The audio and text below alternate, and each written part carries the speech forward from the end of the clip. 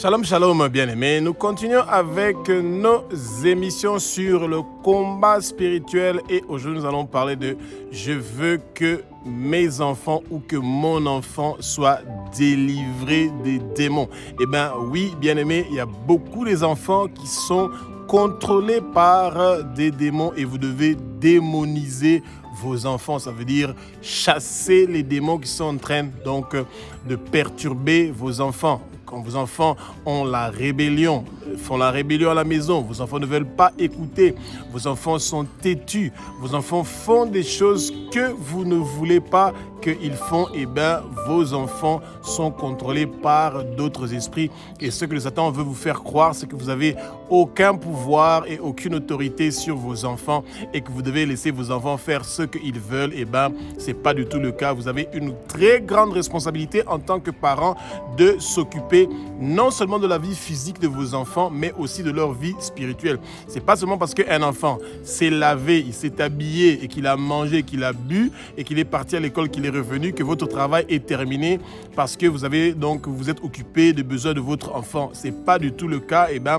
vous devez aussi vous occuper de vos enfants spirituellement et non seulement dans la prière, mais savoir comment faire pour arranger, préparer leur chemin pour qu'ils puissent accueillir le Seigneur dans leur vie, que le Seigneur soit planté dans leur vie, que des semences du Seigneur soient mises dans leur cœur pour que ça puisse donner des arbres qui vont produire des fruits du Saint-Esprit et qu'ils seront une bénédiction pour vous et pour la société. Et c'est ça qui est important. Mais de nos jours, les parents ont failli à cette responsabilité-là de comprendre qu'ils ont un pouvoir sur leurs enfants et qu'ils doivent exercer ce pouvoir-là. Eh bien, ils sont plus là en train de commander et d'ordonner leurs enfants et de détruire leur vie ou de leur donner un excès de liberté au lieu de chercher à s'occuper du problème et d'exposer ça devant le Seigneur et de demander au Seigneur qu'il apporte des solutions. Que le Saint-Esprit prenne le contrôle de ma bouche, que ce que je veux dire, ce ne sont pas des paroles qui viennent de moi, que ce sont des paroles qui sont inspirées par le Saint-Esprit et que les écailles tombent, que vos yeux s'ouvrent, vous allez connaître la vérité et la vérité va vous affranchir. Que le vent impétueux du Saint-Esprit commence à remplir le lieu où vous êtes. Soyez dans la plénitude du Saint-Esprit pour comprendre la parole du Seigneur bien-aimé. Le Jésus-Christ de Nazareth, qui est le Fils de Dieu, qui a versé son sang sur la croix de Golgotha, ce Jésus qui est né d'une vierge, eh bien, ce Jésus-là est le même hier, aujourd'hui et éternellement. Les choses qu'il faisait à l'époque des apôtres, il continue à le faire jusqu'à maintenant, bien-aimé. Et c'est ça que le peuple de Dieu doit comprendre. Si votre enfant a la rébellion, si votre enfant a des rages de colère, que votre enfant a des comportements qui sont pas donc corrects et qu'il est indomptable, qu'il est irréprochable, ça veut dire qu'on ne pouvait pas lui donner des conseils qu'il est en train d'écouter. Ça veut dire que vous devez vous mettre à genoux, demander au Seigneur de vous révéler qu'est-ce qui ne va pas dans votre enfant pour que vous puissiez savoir comment vous devez faire pour traiter le problème de votre enfant. Bien-aimé, rappelez-vous de quelque chose que le Satan ne veut pas que vous vous rappeliez de cette parole-là. La parole nous dit dans Marc chapitre 16 verset 17 verset 18, voici les miracles qui accompagneront ceux qui auront cru. Ils vont chasser les démons au nom de Jésus-Christ de Nazareth. Que l'esprit de rébellion, que l'esprit de refuser les études, que l'esprit de refuser de se laver, de refuser d'écouter, de refuser de prier, de lire la Bible qui est en train de déranger vos enfants, que tout esprit de tétutesse lâche, quitte vos enfants immédiatement au nom puissant de Jésus-Christ de Nazareth. Bien-aimé, Jésus a versé son sang sur la croix de Golgotha pour racheter vos enfants de la main de Satan. Le Satan n'a plus le droit de contrôler vos enfants. Il n'a plus le droit de manipuler, de dominer vos enfants. Il n'a plus le droit d'amener une autorité sur vos enfants, que des enfants qui sont autoritaires sur les parents. Eh bien, c'est pas ça. Eh bien, bien aimé, n'oubliez pas. Plutôt que vos enfants sont jeunes, c'est le moment de leur inculquer des bonnes valeurs, de mettre les semences du Seigneur dans leur cœur, dans leur vie, pour que vous puissiez avoir un résultat meilleur et parfait dans l'avenir, que les fruits du Saint-Esprit puissent grandir en eux. Mettez de l'amour dans vos enfants, prenez le temps d'éduquer vos enfants. Et bien, des parents qui n'ont plus le temps d'éduquer les enfants, ils donnent un téléphone à leurs enfants pour que le téléphone puisse puissent éduquer leurs enfants et eux, ils sont occupés avec d'autres choses. Et surtout que les parents ont beaucoup de problèmes de finances, ils ont beaucoup d'appétit sexuel, ils sont plus occupés avec leur propre vie que d'être occupés avec la vie de leurs enfants. Et c'est ça qui est en train de détruire notre société. Marc 9, du verset 14 au verset 29, nous parle de l'histoire d'un enfant, un fils qui était traumatisé, qui était épileptique, qui avait beaucoup de maladies qui le dérangeaient, qui se jetait dans le feu, qui se jetait dans l'eau, et que les apôtres n'avaient pas réussi à délivrer cet enfant-là de ces crises-là qu'il était en train de faire.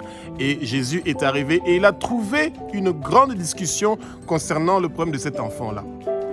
Et quand le Seigneur est arrivé, il a été déçu de voir que les apôtres n'avaient pas réussi à chasser ce démon-là. Et il les a dit cela. Et quand lui-même Jésus est arrivé, il n'a pas directement chassé cet esprit-là. Le Seigneur a demandé au monsieur. Il n'a pas demandé à l'enfant. C'est ça que nous, les parents, nous devons comprendre de cette histoire-là qui se trouve donc dans Marc chapitre 9, du verset 14 au verset 29. Le Seigneur a dit au papa de l'enfant, si tu crois, pas si l'enfant croit, non, si tu crois, ça veut dire que si le papa croit que Jésus peut faire quelque chose pour son enfant, que le papa croit que Jésus est le Fils de Dieu, que le papa croit que Jésus est Dieu, que le papa croit que Jésus a versé son sang pour nous racheter de la main de Satan, le miracle est là, le prodige est là, et c'est ça. Et le papa a dit, je crois. Et il a dit, aide-moi. Bien-aimé, cette histoire-là est merveilleuse. Ça montre la puissance du Seigneur. Et qu'en tant que parent, vous avez le pouvoir de dire au Seigneur que vous croyez que la rébellion, que les crises de colère que vos enfants font, que vos enfants ont des difficultés à l'école, que vos enfants ont des difficultés de pouvoir comprendre des choses, de pouvoir faire les choses selon les fruits du Saint-Esprit, le Seigneur peut emmener cet éclaircissement-là. Le Seigneur peut remplir vos enfants du Saint-Esprit. Bien-aimés, vous, en tant que parents, vous avez votre bouche que vous pouvez utiliser pour demander au Seigneur de faire ces miracles-là, ces prodiges-là. Quand l'homme a dit à Jésus qu'il croit que Jésus est le miracle, que Jésus est le guérisseur, que Jésus est le délivreur, celui qui délivre, c'est Jésus-Christ de Nazareth, le roi des rois, le Seigneur des seigneurs, directement, le démon a quitté l'enfant et l'enfant était délivré. Bien-aimé, votre enfant qu'aujourd'hui, Satan est en train de perturber avec des démons, qu'il est désobéissant, qu'il n'écoute pas, c'est cet enfant qui va vous aider demain. Et le Satan sait que cet enfant-là va servir le royaume, va changer la vie de votre famille, va changer votre vie, va aider votre famille. C'est pour ça qu'il est en train de combattre cet enfant-là. Bien aimé, les enfants qui sont le plus combattus par le monde des ténèbres dans votre famille, dans votre maison, ce sont les enfants qui ont l'appel de Dieu. Ayez le discernement. C'est pour ça qu'ils veulent que vous haïssez ces enfants-là, que vous les décevez, que vous les perturbez, que vous refusez de les éduquer. Pourquoi? Parce que le Satan veut que vous les abandonnez et que lui, il les récupère et qu'il utilise l'étoile de ces enfants-là pour le royaume de Satan, au lieu que cette étoile-là soit utilisée pour le royaume de Dieu. Être parent, c'est aussi avoir une responsabilité spirituelle sur nos enfants. Et quand nous avons reçu Jésus comme Seigneur, Sauveur et Maître dans notre vie, bien aimé, dès que vos enfants savent quand ils ont fait une faute, vous leur dites « va au coin » ou « mets-toi à genoux » ou « va au lit »,« va dans ta chambre ». Et il commence à vous dire « sorry papa, sorry maman ». Et donc ça veut dire qu'il est conscient qu'il a fait quelque chose qui n'est pas bien. Et qu'il ne doit plus répéter ça la prochaine fois. C'est le bon moment de faire accepter vos enfants Jésus. Quand vos enfants sont conscients de qu'ils peuvent faire quelque chose qui n'est pas bien, qui ne va pas plaire les parents, bien aimé, asseyez-vous avec vos enfants. Dites-leur, Jésus est ton Seigneur. Il est le roi des rois, il est le Seigneur des seigneurs. Répète, mon enfant. Vous le faites répéter que Jésus est son Seigneur et qu'il est le roi des rois et qu'il est le Seigneur des seigneurs. Vous dites, répète derrière moi. Dis, Jésus, je crois que tu es le Fils de Dieu. L'enfant répète, Jésus, je crois que tu es le Fils de Dieu. Jésus répète, Jésus, je crois que tu es Dieu. L'enfant répète que Jésus est Dieu. Dites à l'enfant, répète que Jésus, tu es mort sur la croix pour moi. Eh bien, il répète, Jésus, tu es mort pour moi sur la croix. Tu dis, Jésus, que tous les péchés qui sont venus dans ma vie, tous les péchés qui sont venus dans ma vie, par mes parents ou mes ancêtres, que ce soit effacé au nom de Jésus, que ce soit effacé au nom de Jésus. Dites à votre enfant, Jésus, brise tous les liens ancestraux. Jésus, brise tous les liens ancestraux. Jésus, brise tous les liens avec mes parents. Jésus, brise tous les liens avec mes parents. Jésus, je veux vivre la vie que tu as prévue pour moi. Jésus, je veux vivre la vie que tu as prévue pour moi. Jésus, je veux vivre les promesses que tu as préparées pour moi. Jésus, je veux vivre les promesses que... Bien-aimé, quand vous commencez déjà à confier le Seigneur entre les mains, votre enfant entre les mains du Seigneur, vous avez déjà une grande victoire parce que ces paroles-là que votre enfant vient de prononcer, ça permet au Seigneur de prendre cet enfant-là et de l'utiliser. Et vous dites à l'enfant, dis, Saint-Esprit, viens habiter en moi. Et il va répéter, Saint-Esprit, viens habiter en moi. Saint-Esprit, remplis-moi. Saint-Esprit, remplis-moi. Saint-Esprit, contrôle ma vie. Saint-Esprit, bien-aimé, c'est ça que vous devez faire. En fait, les satanistes font le contraire. Ils partent, ils sacrifient leurs enfants, ils donnent leur avenir, etc. Et c'est là que vous voyez qu'il y a beaucoup de problèmes avec les parents. Et quand les enfants sont petits, faites-les répéter ces choses-là le plus souvent possible, régulièrement. Bien aimé, c'est une semence que vous êtes en train de mettre dans le cœur, dans la vie de vos enfants. Et plus tard, ces enfants-là, à un certain moment, vous serez très étonnés que ces semences-là sont en train de donner des fruits. Bien-aimé, quand vous dites déjà à votre enfant, à votre fille, répète derrière moi, tu dis, Seigneur Jésus, je veux jamais épouser un homme qui ne te connaît pas, qui n'est pas sauvé. Et cette parole-là que vous dites, bien-aimé, vous pensez que c'est de la blague, c'est pas de la blague. Votre fille ou votre garçon va garder ça dans sa tête et ça va l'accompagner pendant toute sa vie de refuser de se marier avec quelqu'un qui ne connaît pas Jésus et qui n'est pas sauvé. Quel est le bon moment pour parler aux enfants ces choses-là? Vous comprenez, bien-aimé? C'est ça que les parents ne comprennent pas. Qu'ils peuvent déjà inculquer ces choses-là dans leur... Et une fille qui commence déjà à avoir ses règles, bien-aimé, prenez votre temps, papa ou maman, vous vous mettez ensemble avec votre enfant, vous commencez à prier, vous dites, Seigneur Jésus, je ne veux pas être enceinte en dehors du mariage. Je ne veux pas avoir des rapports sexuels en dehors du mariage. J'aurai des rapports sexuels dans le mariage et je veux avoir un mari et j'aurai des enfants, j'aurai un foyer. Bien-aimé, quand vous dites ces choses-là ensemble avec vos enfants, n'ayez pas honte de leur parler et de prier ensemble avec eux. Ce que vous êtes en train de faire, c'est que vous êtes en train de mettre des semences et vous êtes en train d'enlever l'obscurité. Le corps et le cerveau a horreur du vide. Quand il y a un vide, ça veut dire que vous n'avez rien mis dans la tête, dans les pensées de vos enfants, dans leur cœur. Et le Satan vient pour combler ce vide-là. Et c'est comme ça que vous voyez qu'il y a beaucoup d'enfants qui sont dominés par des démons. Et pourtant, les parents pouvaient déjà prendre le dessus, de mettre cette bonne semence-là dans le cœur des enfants. Et après, quand vous laissez cette responsabilité-là à l'école du dimanche ou à votre bonne ou aux autres travailleurs qui sont à la maison, vous êtes tout simplement en retard et vous devez prendre donc le devant et faire ce travail-là de faire accepter vos enfants Jésus. Et rappelez-vous, quand le Satan va vous faire croire que non, l'enfant n'est pas majeur, il n'a pas décidé lui-même. Quand l'enfant n'est pas majeur, vous, en tant que parent, vous avez autorité sur cet enfant-là. Et c'est pour ça que vous pouvez lui faire répéter ces phrases-là parce que vous êtes l'enseignant, vous êtes le père, vous êtes celui qui a une autorité sur cet enfant-là et vous êtes celui qui est en train de représenter votre enfant devant le Seigneur. Rappelez-vous, Dieu est le chef du Christ, le Christ est le chef du Père et vous, Père, vous êtes le chef de vos enfants et le Christ nous représente le Père devant Dieu. Et Christ représente vous, le papa, devant Dieu.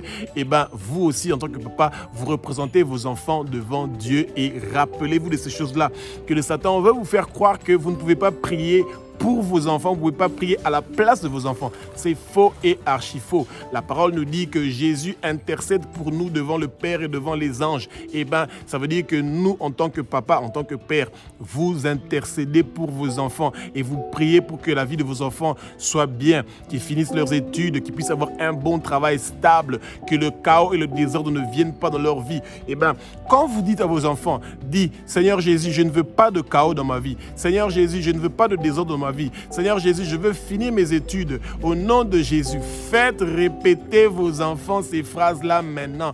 Dites à vos enfants de dire, je ne veux pas mourir, je veux vivre et déclarer les œuvres de l'Éternel des armées. Dites à vos enfants de répéter, de dire qu'aucun accident ne va les arriver, aucune attaque qui vient du monde de ténèbres ne va réussir et prospérer dans leur vie, et qu'aucune maladie ou infirmité ne va venir, que vos enfants refusent toute maladie qui veut venir du monde de ténèbres. Bien aimé, c'est le bon moment de vous rappeler que ce que vos enfants sont en train de dire, c'est noté par les anges de Dieu. Et c'est noté aussi par le Satan. Et peu importe les attaques que le Satan est en train de faire pour détruire vos enfants, ils ne vont pas réussir et prospérer au nom de Jésus. Beaucoup de parents chrétiens oublient que la responsabilité spirituelle de leurs enfants leur appartient. Sunday school, école du dimanche, etc. C'est bien que vos enfants partent là-bas. Mais vous avez la première responsabilité d'enseigner vos enfants, de leur montrer l'exemple. Quand vous priez jamais en famille, vous étudiez jamais la parole ensemble en famille, vous faites jamais des quiz, de petits jeux de questions. Dans quelle ville est né Jésus? Pourquoi Jésus est mort sur la croix? Plus vous parlez de ces choses-là à la maison, ensemble avec les enfants, vous serez étonnés d'avoir des enfants qui sont en train de parler du témoignage de ce que Jésus a fait sur la croix et que des pasteurs et des hommes de Dieu ne réussissent pas à le faire. Et cette formation-là, ces enseignements-là commencent à la maison. Expliquez les évangiles à vos enfants et vous serez très étonnés de voir qu'ils sont en train de retenir. Et quand vous les expliquez ça comme des histoires, vous parlez, vous discutez avec eux, en famille, et vous faites des petits questions-réponses, questions-réponses, questions-réponses. Bien-aimés, vous ouvrez la connaissance de vos enfants. Les écailles sont en train de tomber et les yeux de vos enfants s'ouvrent. Et quand quelqu'un va leur parler de quelque chose qui est contre et différent de ce que vous êtes en train de dire, et bien aimé, vous serez très étonné de voir que vos enfants viendront vous dire, papa ou maman, tel a dit ceci, mais toi tu nous avais dit cela, et vous appuyez encore ce que vous avez dit et vous montrez les versets dans la Bible. Et vous dites à vos enfants que tout ce que quelqu'un te dit qui n'est pas dans la Bible, c'est pas vrai. Et c'est le bon moment. Et c'est comme ça que vous préparez que vos enfants ne soient pas occupés par des démons. Si vos enfants sont occupés par des démons, c'est parce que vous les laissez que la télévision les éduque, que les téléphones les éduquent, que les écoles de dimanche, leurs professeurs à l'école. Combien d'enfants ne sont pas maudits ou reçoivent des démons par les dessins animés et par des choses qu'ils voient dans leur téléphone ou par les malédictions qui sont prononcées par leurs professeurs à l'école? C'est parce que les parents ne sont pas en train d'anticiper. Les parents ne prennent pas le devant. Les parents n'expliquent pas aux enfants de comment faire avec l'argent. Quand vous expliquez à vos enfants l'histoire de Joseph, comment il avait rêvé de 7 vaches maigres et de 7 épis qui étaient maigres, qui étaient brûlés, etc. Et que le pharaon avait gardé 1/5 de côté. Et que toi aussi, si demain tu veux être autonome, tu veux toujours avoir quelque chose à côté, et bien le 1/5 de ce que tu gagnes, tu dois toujours mettre ça à côté, comme ça tu as un petit épargne. Et quand tu as des problèmes, et bien tu peux toujours utiliser ça pour pouvoir arranger tes problèmes. Bien aimé, quand vous expliquez pas ces choses-là à vos enfants, demain, ils se retrouvent dans des difficultés. Au lieu d'avoir l'argent pour le garder, dès qu'il a l'argent, l'enfant part pour acheter des bonbons, il part pour dépenser. Pourquoi? Parce qu'il n'a pas appris ça à la maison. Et c'est ces démons-là que vous devez combattre. L'esprit de maman est l'esprit de l'amour de l'argent. C'est un esprit qui détruit beaucoup des enfants et des foyers et qui est à la base de la destruction de beaucoup des enfants. Et beaucoup des enfants qui sont possédés par les esprits de rébellion, c'est les enfants qui ont souvent, malheureusement, leurs papas ont toujours été des autorités où ils ont eu des responsabilités dans des banques, dans les organismes internationaux. Tous ces organismes-là qui sont souvent contrôlés, malheureusement, par le Satan et le monde de ténèbres, ces choses-là, c'est des choses que vous devez déjà combattre très tôt, de façon que vos enfants ne puissent pas subir ces choses-là. On est en train d'éduquer vos enfants sexuellement à l'école. On leur donne l'autorisation d'expérimenter la sexualité. Et si vous, les parents, vous ne prenez pas le devant, vous serez dans des problèmes. Et c'est pour ça que quand vous dites, vous priez déjà avec votre enfant, vous dites, moi, je ne veux pas connaître de rapports sexuels en dehors du mariage. Ne pensez pas que vous réveillez la sexualité non, du tout. Vous plantez quelque chose dedans. Votre enfant va se rappeler, et même avant qu'il commette l'acte-là, il va se rappeler que mes parents m'avaient dit ça. Bien aimé, vous avez un pouvoir sur vos enfants.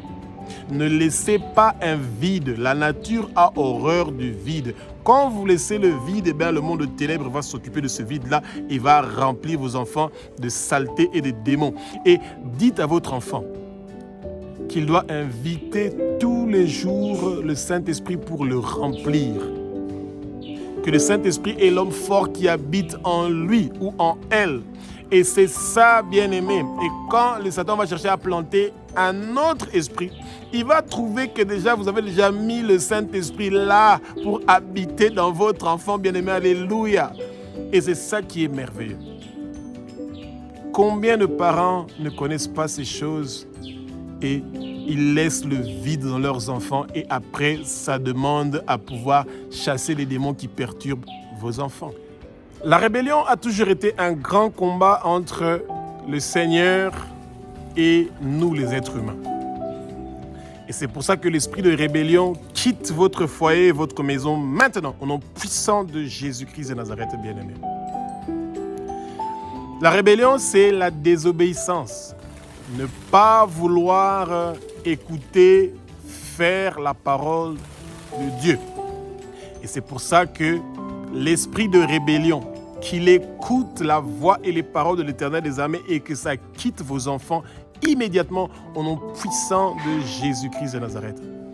Et quand vous commencez à voir des signes de rébellion, de colère, d'explosion de colère qui commencent à se manifester dans vos enfants, bien-aimés, commencez à chercher la face du Seigneur.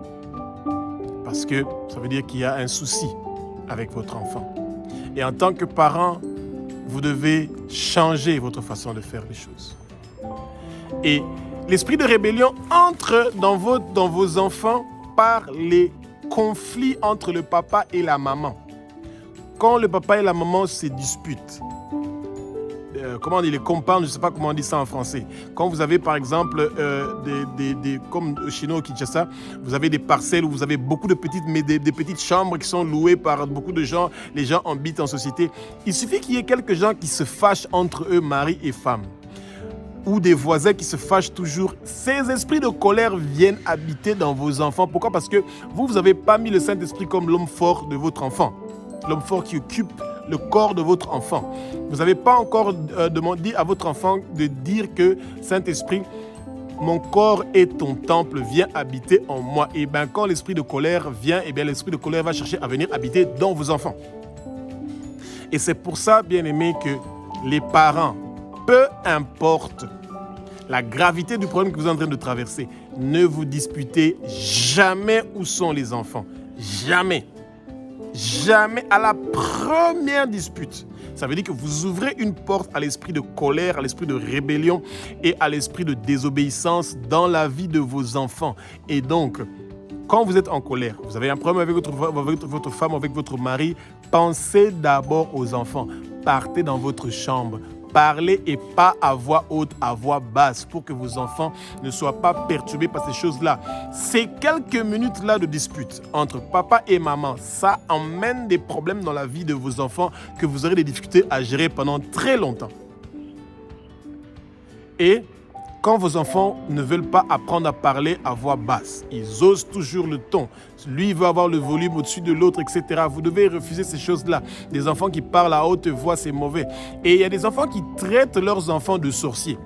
Bien aimé, votre bouche a un pouvoir, une parole. Quand vous dites à votre enfant qu'il est bête, qu'il est un sorcier, c'est un enfant qui est mauvais, tu es un enfant qui est désobéissant, tu es un enfant qui est têtu. Ces paroles-là que vous dites attrapent votre enfant et sa vie. Refusez de dire des mauvaises choses sur votre enfant. Ça amène des démons qui viennent pour habiter dans votre enfant et vous ne voulez pas ça. Dites des choses positives sur votre enfant. Proclamez, prophétisez des choses positives sur votre enfant. Et quand vous dites des choses positives sur votre enfant, ne le dites pas où il y a d'autres gens. Ah, moi, mon enfant, il est intelligent, hein? Il sera docteur, il sera ingénieur, bien aimé. Vous invitez les sorciers pour venir déranger vos enfants. Pourquoi? À cause de votre propre fierté et de votre propre orgueil. Jacob entendait les rêves que Joseph lui disait. Il gardait ça dans son cœur.